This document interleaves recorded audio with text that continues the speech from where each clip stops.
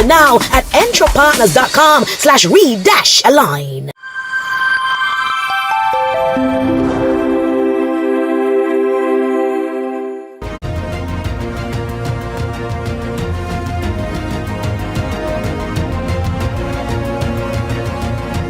So, Jamaica Athletics Administrative Association, the J3A, says it has received no paperwork surrounding the big story that has rocked sport in Jamaica this week. That story, the switch of 4 of Jamaica's top field athletes to Turkey. The J3A sent a statement this afternoon to say, contrary to media reports, though the switch of those athletes has not yet been complete, suggesting strongly the J3A's is that the reports in the media are premature. Notwithstanding that, it's still a discussion worth having, and I've assembled 2 experts to form a little panel to give you big insight into this massive, potentially massive story. Lead story on this Friday. Let's go.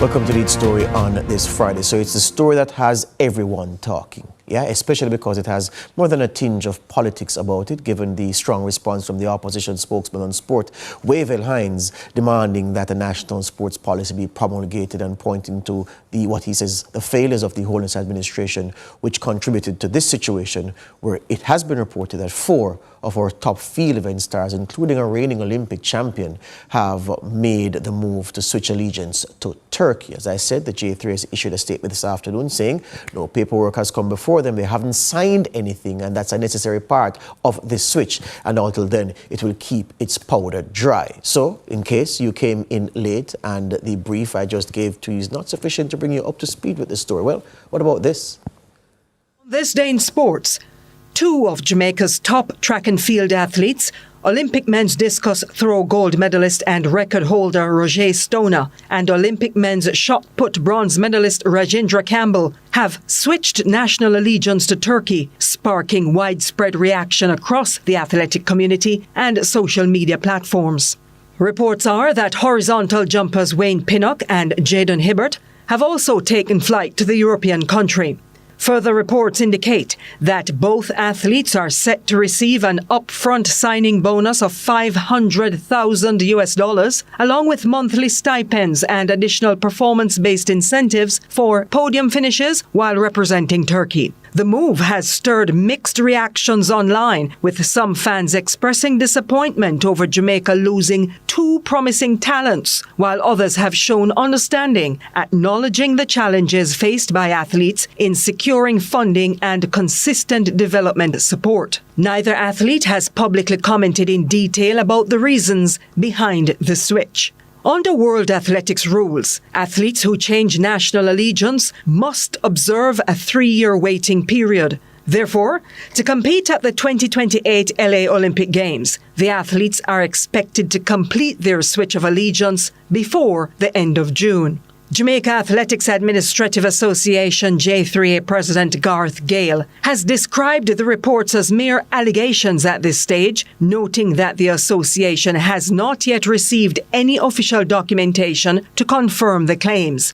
It is understood that J3A executives held a meeting on Friday to discuss the situation. The switch marks a significant development in the ongoing conversation about athlete support and retention in Caribbean sports, particularly in disciplines beyond sprinting, where funding and visibility remain limited. We discuss on Lead Story. Angela Melville for Lead Story. Setting us up for a cracking discussion. Thank you, Angela. Break time, back with more after these. Then I'll have 2 gentlemen to illuminate the issues for you.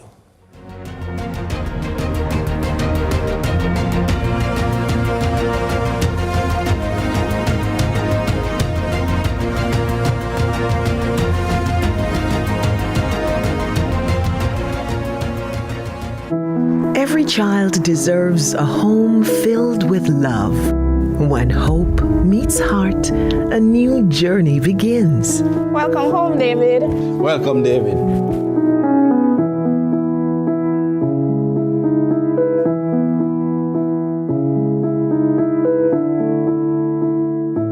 Make it your own.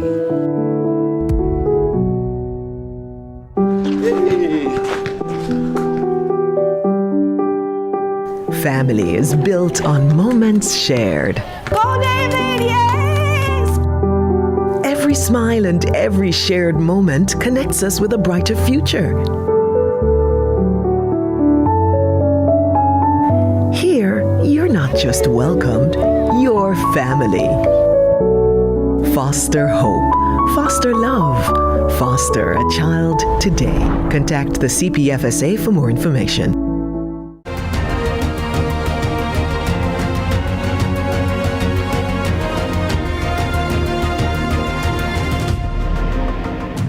Does patriotism ever pay the bills? That's one way to look at it. One of a myriad of approaches to take to this issue.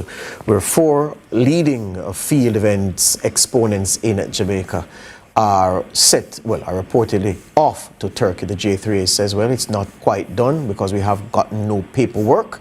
The insiders say, well, that's just to save face because it's already a done deal. I have Leighton Lever with me. He's no stranger to anybody who follows media in the Caribbean, an ace newsman, an ace sportsman, and he is a former athlete himself as well. A pretty good one at that. Not as good as I was, but, you know, Leighton is still a top man. And Dr. Kevin Jones is the immediate past president of the Jamaica Sports Medicine Association. I'm joking, Leighton. I gather you are a better sprinter than me, but only a touch.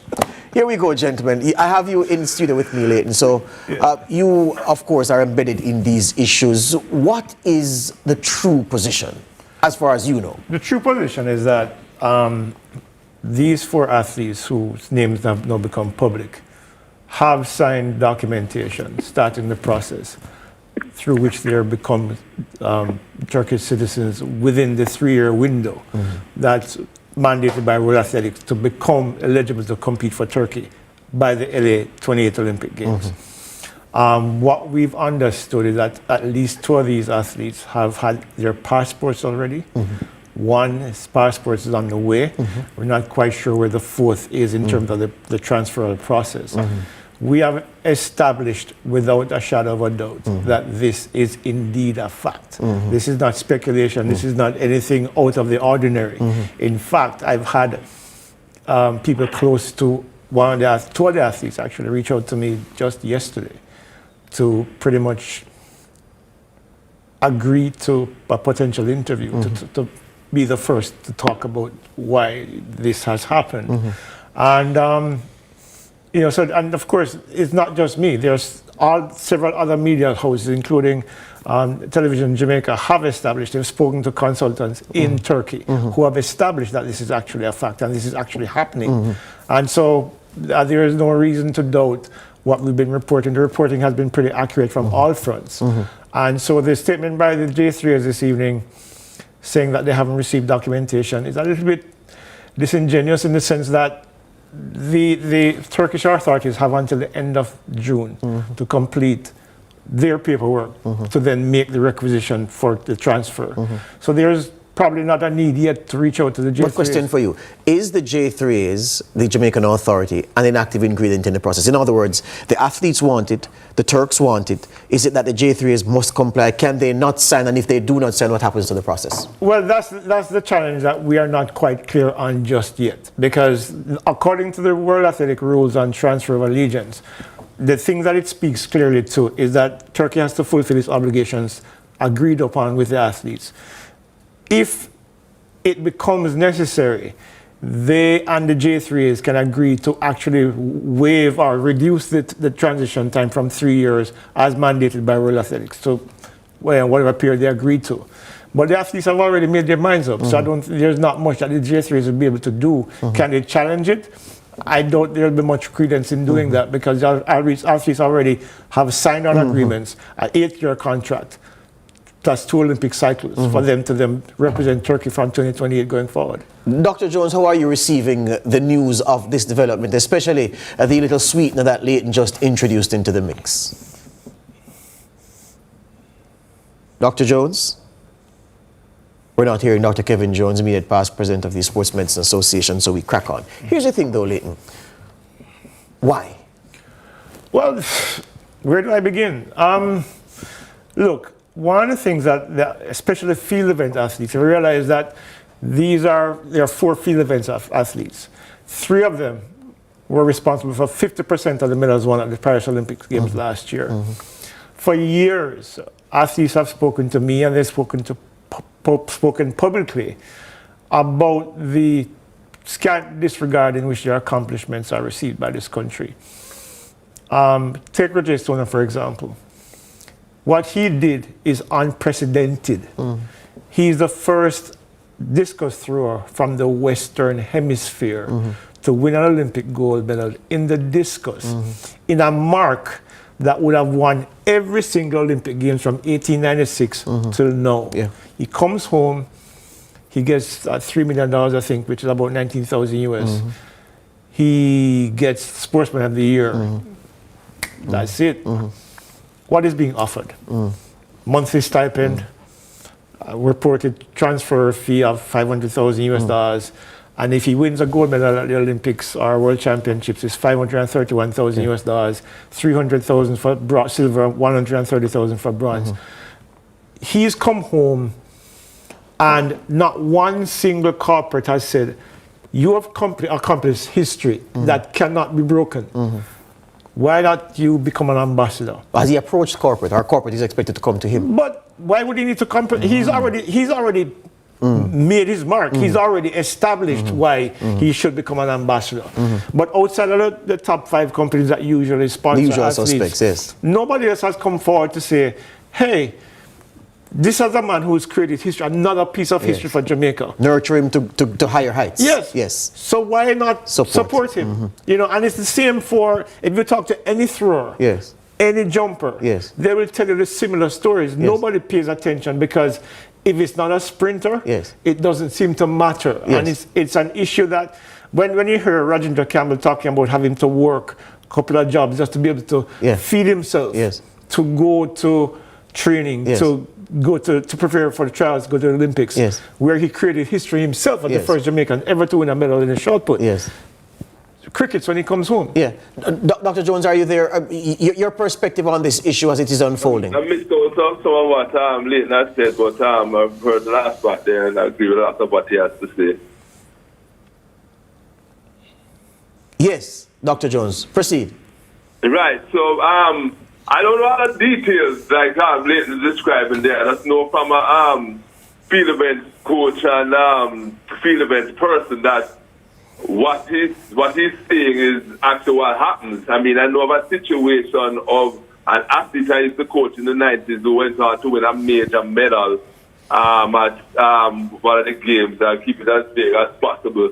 And it was feted and glorified a lot of the Prime Minister had him come into Jamaica House. I came as his plus one. It was all over the place. It was on the news and everything. That's a lot of excitement. And then a couple months after that, I had to be sending the money to get by.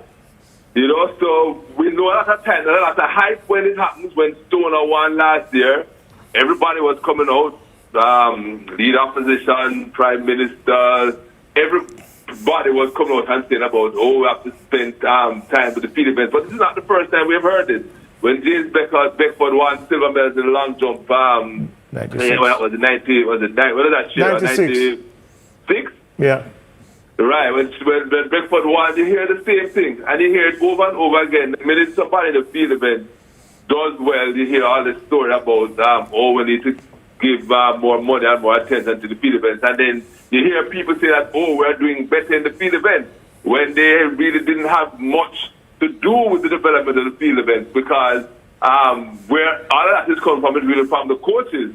And just to plug on all of those in terms of the development and support and things, is that I was talking to a coach at the All-Comers meet on Saturday at the stadium, and we are saying, that you recognize that there's no longer national hurdles and field events competition with John Messam, Hubert Lawrence, Rabbi Barrington Robinson, from Calabar, all those guys that started a couple years ago and that died a natural death without any support from any major authority to try and keep it alive. And so the field events as a whole have had to try and make it on their own at all levels, even from high school. I mean, it's just like now, Vassals had started the throwing series back a couple years ago, so it's a very popular thing. But when Vassal just started, it was just Vassal, myself, and Junior Robinson, and then Gail from, who was at Edinburgh at the time, would come in. But it was just like 3 or 4 of us as coaches, they would have with our athletes taking part. And the man that was in charge, who I think he still is, I forget his name, in charge of Western Sports, he would donate some implements to Vassal. That's what You're talking Ray Harvey? What's that? You're talking Ray Harvey? No, man. No, man. He's the Ray head Harvey's of that Western Relays. Western Relays, okay. Sport. Yes. The owner man of Western Sports. I forget his Western name. Sports. I thought he said Western Relays. Anyway, No, hold it right there, Dr. Western Jones. Let me take the break and come right back. This is the lead story here on CVM TV. Yeah.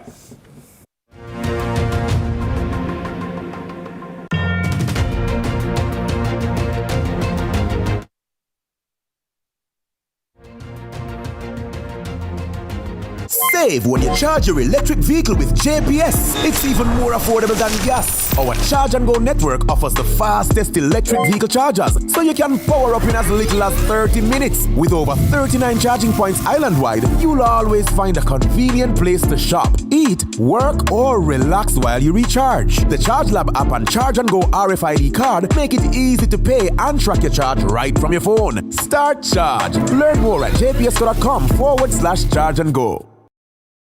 The gateway for Jamaica's athletes to several international competitions, including the World Athletics Championships in Tokyo, Japan, opens from Thursday, June 26 to Sunday, June 29 for the J3A Junior and Senior National Championships at the National Stadium, 9 a.m. to 9 p.m. each day. Admission, finish area season tickets, $8,000. Daily, $1,000 to $3,000. Regular grandstand season tickets, $6,500. Daily, $1,000 to $2,500. Tickets go on sale at MysticOnlineTix.com. Starting June 11, Pegasus Hotel and the Stadium Ticket Office. Starting Monday, June 23. The action will be sizzling.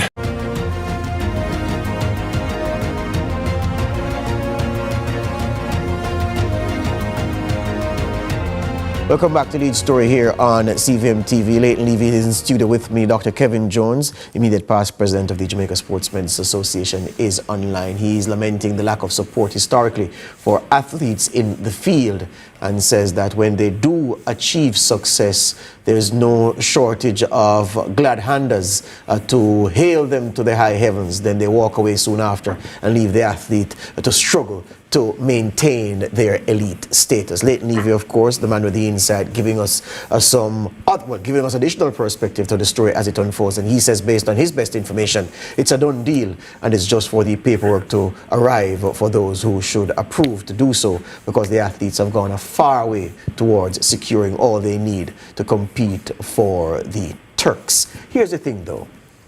What of a sporting association like Jamaica, a developing country with many immediate needs that many people will tell you are far more important than track and field? They'll tell you that teachers migrate because they don't have access to housing. Policemen will tell you, well, what about me? I'm here on the front line. I'm doing work so that your travel advisory can be revised downwards so that tourists can come, so that you get more money in the coffers through tourism. The nurses will tell you, well, I take care of the health of the nation. The doctors will tell you the same thing. What makes an athlete special so that they should be training and being cosseted and being treated with kid gloves by a government that has limited resources to spend? This is a limited resource environment, and it is too thin to spread far and wide. What about that argument? That argument has some credence, but here's what I say to that. Every year, when an athlete dons the national colors and steps onto a track or a field anywhere in the world, and I'm not talking about track and field alone, I'm talking about sports in general, they become ambassadors for Jamaica. And I'm not saying that the work of doctors and nurses and policemen are not important. What I'm saying to you is this. When Usain Bolt won the gold medal at Berlin, in the World Championships in Berlin, his media market value was estimated in those 10 seconds at $300 million. How much money does the Jamaica Tourist Board spend on marketing Jamaica? Any given year, it doesn't come close to that. What I'm saying to you is that the athletes, when they done national colors, and even when they don't, when they compete as individuals, the Jamaica is right next to their name. They become ambassadors for this country. And you can't quantify that number because the eyes are on them more than any other profession in this country. Not to diminish their value, however, what I'm saying to you is that these athletes, their value is usually dismissed or underestimated because we see track and field or sports in general in this country as recreation. And not as a business. And that is what it is. This is what these people do for a living. So just like a policeman or a nurse or a teacher or a doctor, this is what these people do for a living. And in doing so for a living, they have to enhance the value of the country. When I went to New Jersey last year to speak at Princeton, when I was introduced, you know the first question people asked me? How is Usain Bolt? They didn't ask me about John Brown, who is patrolling the streets of downtown Kingston. That's the value that we are talking about. So while I'm not diminishing the value of the other civil servants in this country, the athletes bring an intrinsic and a very important value. They bring eyes to Jamaica that no other person who is not a national, international representative is able to do. So therefore, that argument about being more important is to diminish the role of the athlete, and that's not what the case is. Dr. Jones, the argument about resources and resource availability, where do you stand on it in terms of the available resources to support these athletes in preparation and to, of course, reward them when they achieve success? Well, like it's understandable. We don't have a lot, and we don't have a lot to offer financially, but there are other ways to try and entice athletes to stay or encourage them to stay, and that is by providing or trying to provide the necessary support that they have from as early as high school, because people will get sentimental attached from high school if you treat them right and so forth. And just on that side, I mean, just like when nurses, teachers, doctors go overseas for financial reasons, it's the same way with the athletes. This kind of justifies the athletes trying to go overseas or go elsewhere to enhance their earning capability. Now, if you look at the golden years of track and field, well, the recent golden years of track and field between, say, 2008 and 2016 and so forth. After 2008 Olympics in Beijing, China, there was a lot of chat, and it has transcended governments. And that's where it's so that they want part of it, but that transcended government. They talk about old sports tourism thing. You hear same arguments come up over and over again about sports museum, about this and that. But what has actually happened? Nothing. There's not anything substantial come out of that. Let me put something on the table, though, Dr. Jones. Let me put something on the table, Dr. Jones, late and leaving. Support for Paralympians and Olympians. The recent cycle. 24.2 million disbursed to 65 athletes for preparation for Olympics and Paralympics. That was alongside 48.15 in appreciation grants to the Olympic and Paralympic team and support personnel. Additionally, 1.12 million in gift vouchers awarded to junior athletes for the World U20 Athletics Championships. Under the Athlete Assistance Program, 24 million disbursed to 89 athletes. And when we divide it, it's not much, but it's something, Then there is the 40 million to the Jamaica Chess Federation for the Grandmaster in 10 initiative, the Jamaica Athlete Insurance Plan, which paid out 63.5 million in premiums, 70.4 million in coverage benefits, and all those things. And then here's this one now. I got this one. And I said, well, what has the government spent on some of these athletes in question? Rajendra Campbell, for instance, he got $159,190 in athletes assistance in October 2024.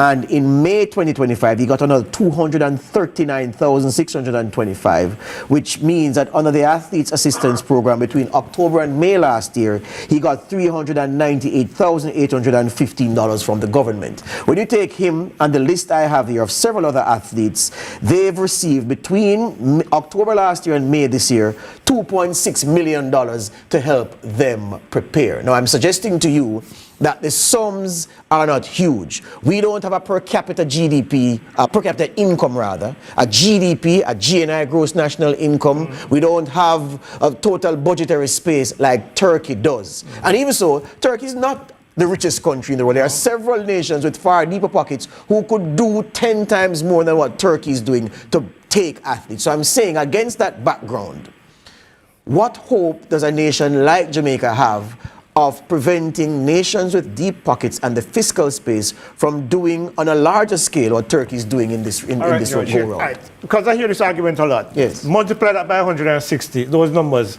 Yes. and tell me what those actual numbers are, and tell me if you're preparing for, as a thrower, for example, that have to consume maybe, you can tell me 12,000, 8,000 calories a day. Yes. That lasts But hold on, Liam. But this is a risky investment. That athlete preparing for competition. Hold on, Dr. Jones. Dr. Jones, hold on. That athlete preparing for competition can have an injury that makes them inoperable. That's it. Yeah. So I'm saying, I'm not criticizing it. I'm putting numbers. Yeah. I'm saying the argument is that there's no funds. And we all accept that it's a low resource environment. It's only now that governments are buying things without using loans. And remember, this is a country that used to take loans from a multilateral to pay wages. Don't forget that. Yeah. So I'm saying in that context, let me answer it like this. I understand the challenge with fiscal space because other than the last few years, Jamaica had no money to spend. Thank you. Okay? But that's not been the case for the last few years. Since 2022 to now, the government has spent $12.1 billion on sports infrastructure and other things to support sports development in the country. Right. So we're not saying they haven't done anything. What I'm saying to you, that we are not talking about 10,000 athletes or 15,000 athletes. Yes. We're talking about a couple of dozen athletes who have gone on to represent this country, who require the kind of support. So what I'm saying to you, government can find money to do all kinds of things that really does not matter to national development. A lot of that money can be channeled towards more productive uses than like supporting the athletes who have represented the country and represented the country well. Dr. Jones, I have no time.